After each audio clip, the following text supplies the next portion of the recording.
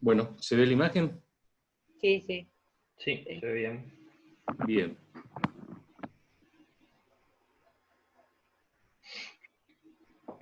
Vamos a continuar hablando un poco sobre trazado y tejido, principalmente sobre tejido, más que sobre trazado. Se habrán dado cuenta también que en el práctico ocupa un lugar más relevante el tejido que el trazado, básicamente porque ofrece más, es una componente de la forma urbana que, para decirlo vulgarmente, que nos da más tela para cortar en términos analíticos que el trazado. O el trazado nos obligaría a niveles de profundidad que en la instancia en la que nos encontramos a lo mejor no tiene mucho sentido indagar. Pero el otro día destinamos la clase principalmente a hablar de conceptos básicos, ¿no? Sobre trazado, qué es el trazado, qué es el tejido, los distintos tipos de trazado y los distintos tipos de tejido. La idea ahora es empezar a hablar sobre algunas problemáticas que están implícitas en estos dos componentes de la forma urbana, y problemáticas, algunas de las cuales van a ser tratadas en el desarrollo del trabajo práctico, y hay otras problemáticas que no podremos lamentablemente abordar en el desarrollo del trabajo práctico debido principalmente a las condiciones en las que nos ha tocado trabajar este año.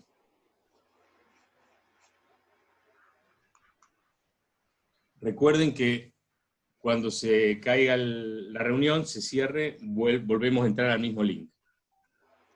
Hay un tema que es fundamental y que sirve un poco de marco para lo que vamos a hablar, que es el de la articulación entre el trazado y el tejido en el contexto de un tipo de ciudad específica que tiene distintas manifestaciones, pero que desde el punto de vista de su lógica de conformación, de la lógica principal que guía los procesos de formación, son ciudades que tienen algo en común. Me estoy refiriendo, obviamente, a la ciudad especulativa, porque en este tipo de ciudad, esa articulación entre trazado y tejido tiene una configuración o admite tiene una modalidad particular. Vamos rápidamente a comparar el caso de tres ciudades que han aparecido a lo largo de este año varias veces, mostrando ejemplos, y también que han aparecido el año pasado, y que van a seguir apareciendo, porque dos son casos paradigmáticos y uno es nuestro caso. Vamos a hablar ahora un poco sobre referirnos al modo en que se articula el tejido con la trama, con el trazado, en la retícula de la ciudad de Manhattan, en el ensanche de Barcelona, en la retícula del ensanche de Barcelona y en la retícula de una ciudad como la nuestra, Rosario. Son tres ciudades especulativas, capitalistas, y que tienen una característica básica. Es que los procesos de formación, los procesos de crecimiento están guiados por una lógica que es la del afán de lucro. Recuerden, urbanizar es un negocio en este tipo de ciudades, y esa es la lógica que explica el proceso de crecimiento y de desarrollo, y de crecimiento en vertical.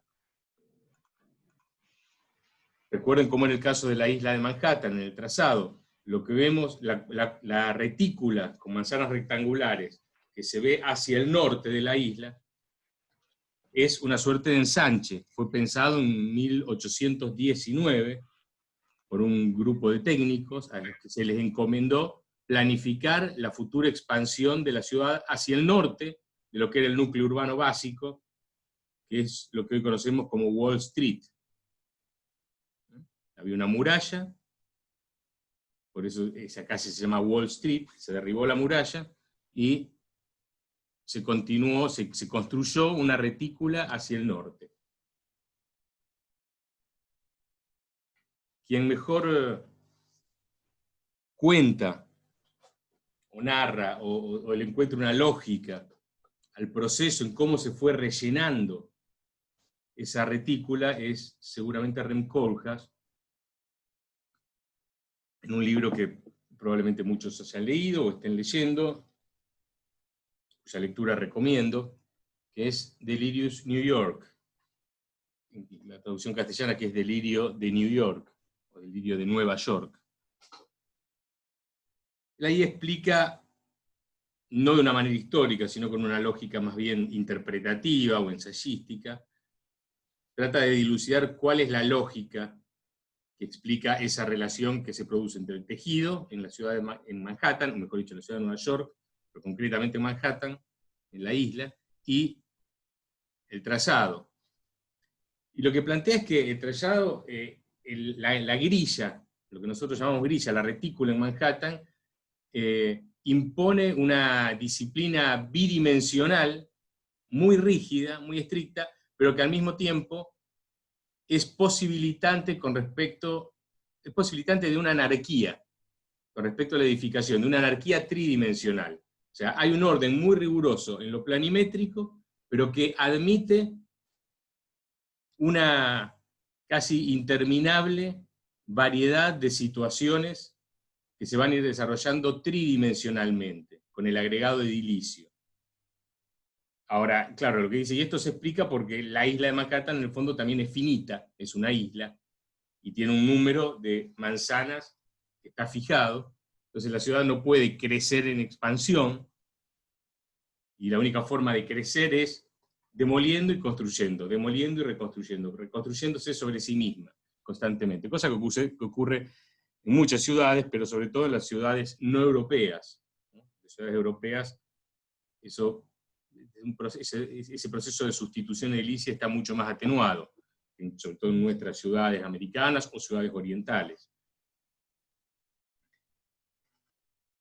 Y él dice, bueno, la ciudad se termina transformando en un mosaico de episodios, cada uno de los cuales tiene una vida, una duración de vida determinada, y que va a llegar ahí hasta donde alguien quiera demoler la vida de ese episodio y construir otro nuevo, básicamente. Y hay una sola cuestión que puede predecir la forma final de la ciudad, de una ciudad especulativa. Recuerden cuando hablábamos el año pasado de ciudad especulativa, una de las características de lo especulativo es que lo más importante es la especulación, lo que se piensa futuro, no lo concreto. Entonces dice Koolhaas, bueno, en esta ciudad nadie puede predecir cómo va a ser la forma final. Lo único que se puede predecir es que ocurra lo que ocurra, va a ocurrir en algún lugar de las 2028 manzanas de la retícula. Y Koolhaas cita un artículo de principios del siglo XX de la revista Life, donde se publica una caricatura como esta, y él dice, bueno, aquí en esta caricatura ya está encerrado, de alguna manera, el programa que va a guiar el relleno edilicio de esa retícula. Y es la de que, justamente esa libertad programática, cada edificio puede encerrar cualquier tipo de actividad. Cada edificio se levanta como un mundo particular, como un mundo individual dentro de otro gran mundo, que es esa trama posibilitante materializada a través de la retícula. Cada edificio tiene una individualidad, o aspira a una individualidad. Todo puede ocurrir. La tipología que configura el elemento distintivo y paradigmático del tejido de Manhattan no es el único la única tipología, pero es la que de alguna manera constituye la esencia del tejido de Manhattan, es el rascacielos. Aquí estamos viendo imágenes de rascacielos de Chicago, pero mostramos esta imagen porque es la ciudad donde se elaboró esta tipología, pero que después se aplicó con mucho éxito en Nueva York, donde además ya en los primeros años del siglo XX se le dio un giro peculiar con respecto a la lógica de Chicago, y es suerte de festival estilístico, formalista, frente a esta rigurosidad casi técnica que tenían los rascacielos en la ciudad de Chicago. En Nueva York, el rascacielos no solamente se transformó en un universo con vida propia por las funciones que se podían desarrollar adentro, sino también se transformó en una suerte de muestrario de distintos estilos arquitectónicos que fueron empezados a tratar con cierto nivel de fantasía. Es un edificio que aspira a la individualidad. Se conforma un tejido que está armado por elementos individuales.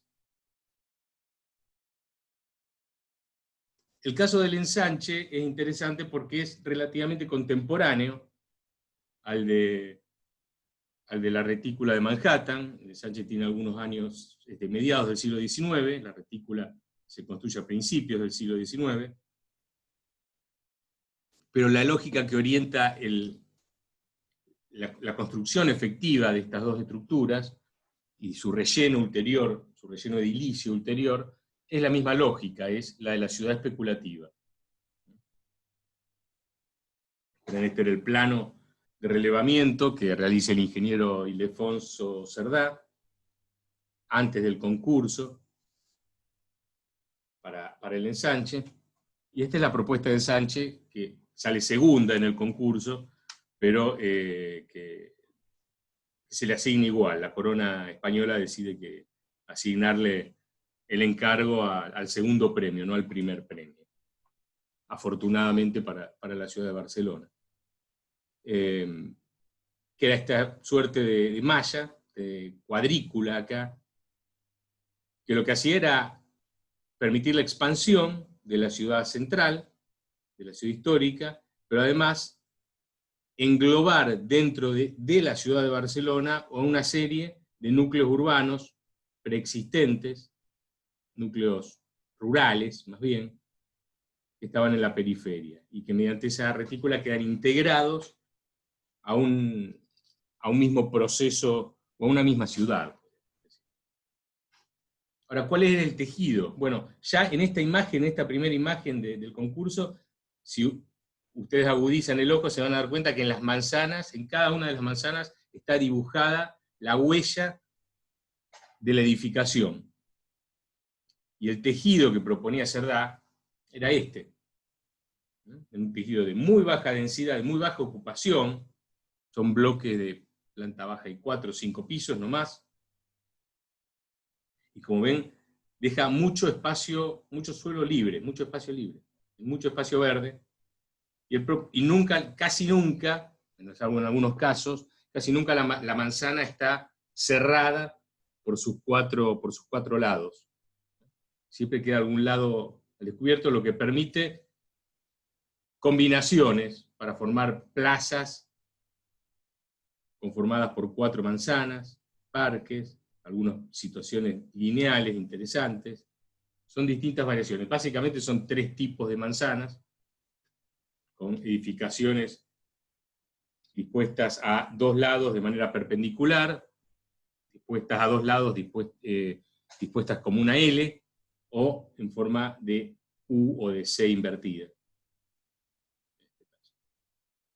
Y permite esto, distintos tipos de articulación, en donde es una ciudad, repito, donde predomina claramente el espacio libre. Bueno, esta forma de organizar el tejido contradice totalmente las lógicas de una ciudad especulativa, donde lo que se apunta es a la obtención de beneficios. De hecho, es incluso una ciudad insostenible en términos económicos, sería una ciudad deficitaria.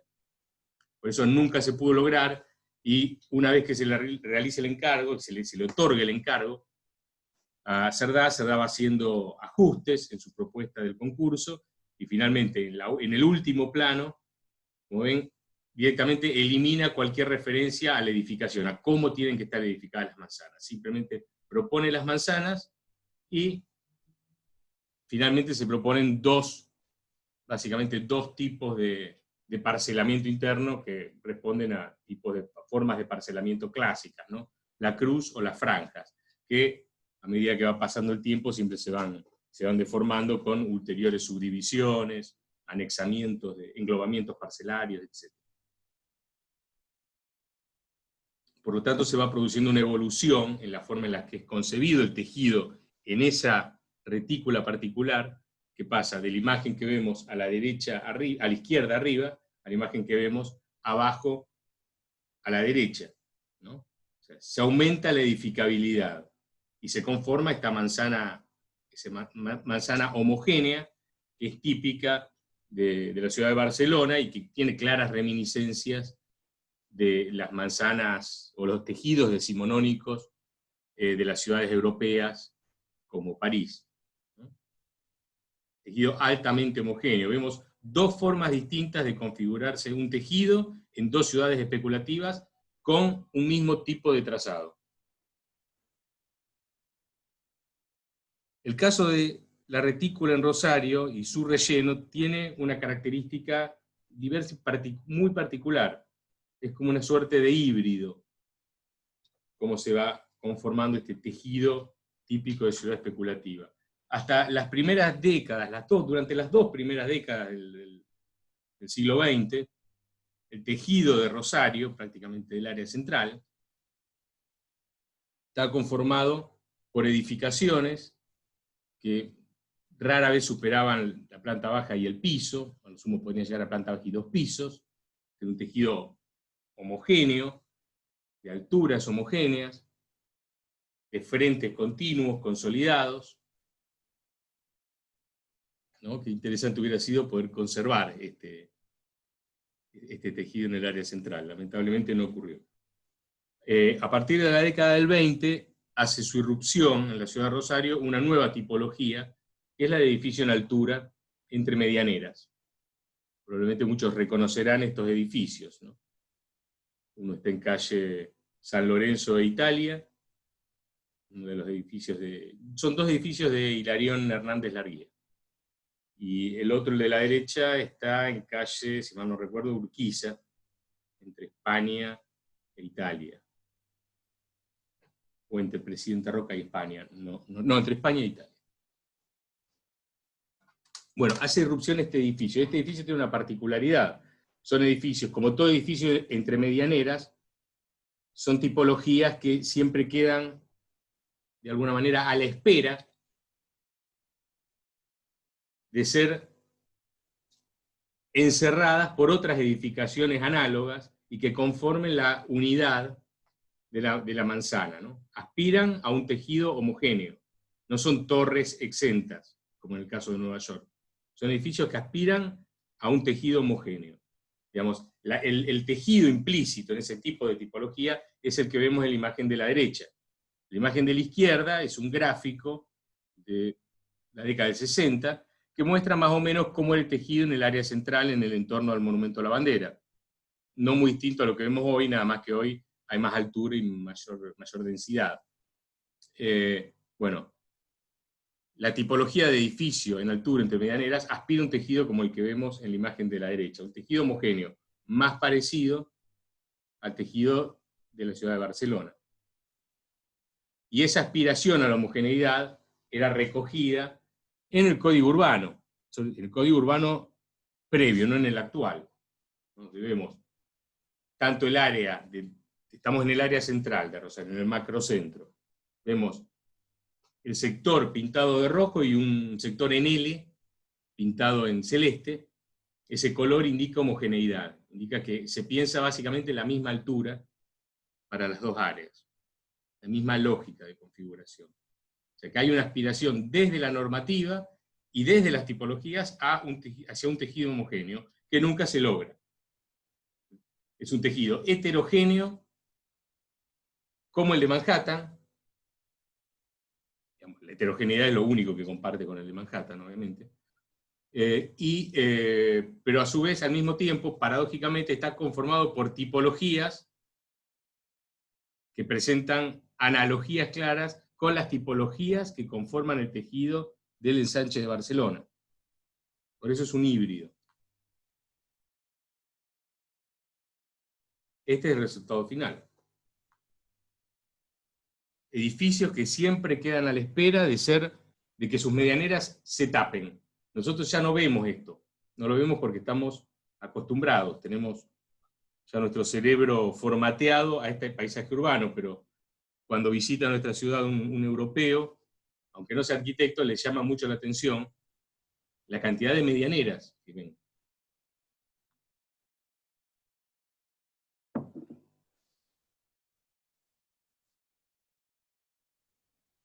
Nos encontramos con situaciones peculiares como esta, ¿no? Es un pequeño canto al absurdo.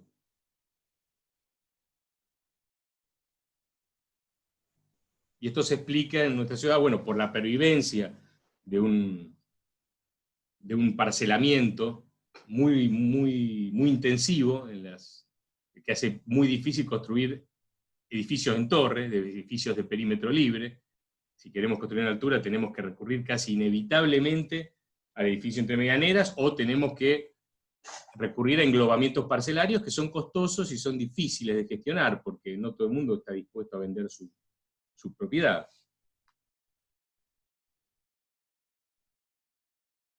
Y finalmente terminamos incluso admitiendo o adoptando una tipología como la de edificio entre medianeras para proyectar incluso edificios en esquina.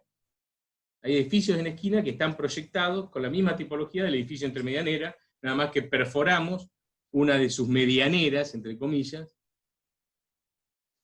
o cuando nos encontramos con terrenos que por su ancho admiten un desarrollo en torre, terminamos proyectando también un edificio entre medianeras, que de hecho, incluso en este caso, sus medianeras están separadas, lo que serían sus muros medianeros están separados de los ejes medianeros.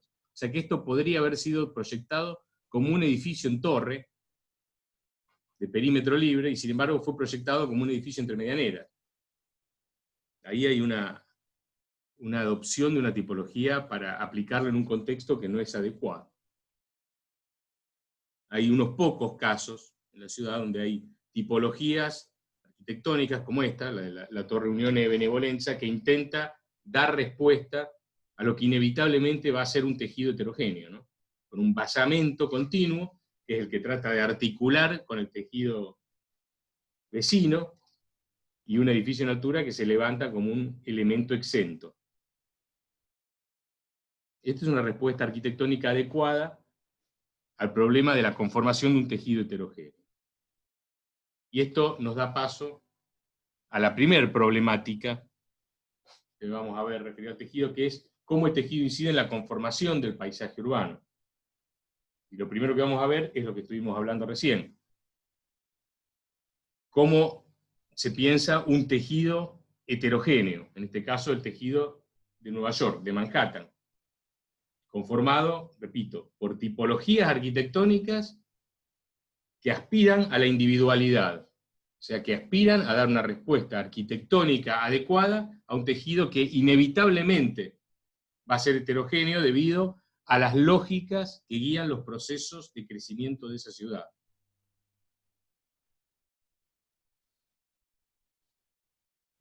O esto, lo que tenemos en ciudades como Rosario. Un tejido sumamente heterogéneo, pero que está conformado principalmente por tipologías que aspiran a un tejido homogéneo, a la configuración de un tejido homogéneo. Acá hay un problema, por lo menos desde el punto de vista de la configuración del paisaje, hay un problema claro que a ningún arquitecto debería pasársele por alto.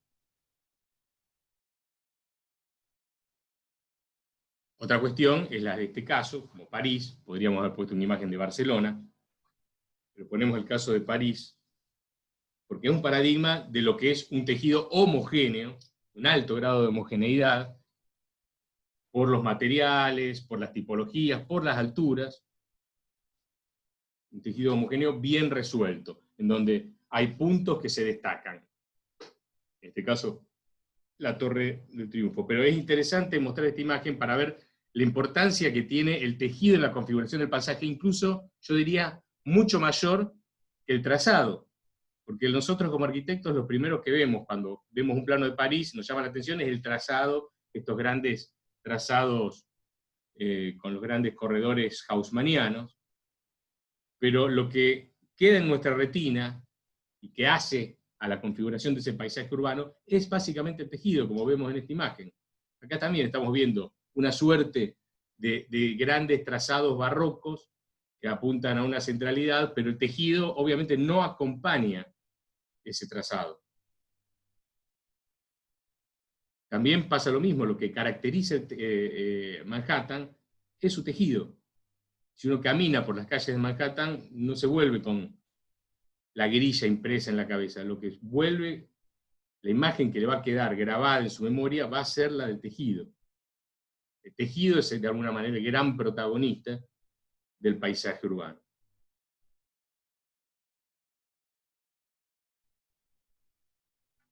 La ausencia de tejido, o la escasez, podríamos decir entre comillas, de tejido, es lo que caracteriza un paisaje poco cualificado como puede ser el de una periferia. En este caso, esa dispersión obviamente se debe al estadio en el que se encuentra el proceso de urbanización. Pero a veces esa dispersión está proyectada. Y llegamos a situaciones propias de uno de los anillos del infierno de Dante, como esta, ¿no? ¿Cómo hacemos para orientarnos en una ciudad con un tejido de estas características? Yo creo que hasta los que nacieron ahí y vivieron ahí la mitad de su vida se deben perder en un lugar como este. Que es algo típico, en el fondo, de cualquier conjunto de viviendas proyectado, ya sea y construido por un emprendedor privado o por un emprendedor estatal, como es en este caso, en donde el tejido el alto grado de homogeneidad no colabora para conformar un paisaje urbano que sea legible, en tanto no hay jerarquías. Pero no nos confundamos, la homogeneidad y la repetición de un mismo prototipo no es excusa para conformar un tejido urbano pobre en lo que se refiere a sus relaciones, como muestra este caso, del grupo del estudio MBRDB en Holanda, de urbanización, que también recurre a una misma tipología, a una reiteración muy fuerte, pero con pequeñas variaciones en la disposición, con pequeñas variaciones en cuántas viviendas se adosan una a otra, con pequeñas variaciones en el color, logra una riqueza de espacios abiertos que es envidiable. O sea que volvemos a un tema que es importantísimo en urbanismo. Lo más importante es la articulación, no tanto la individualidad de cada construcción. Es cómo se articulan las distintas construcciones. Corto acá y volvemos a entrar, porque ya nos estamos quedando sin tiempo.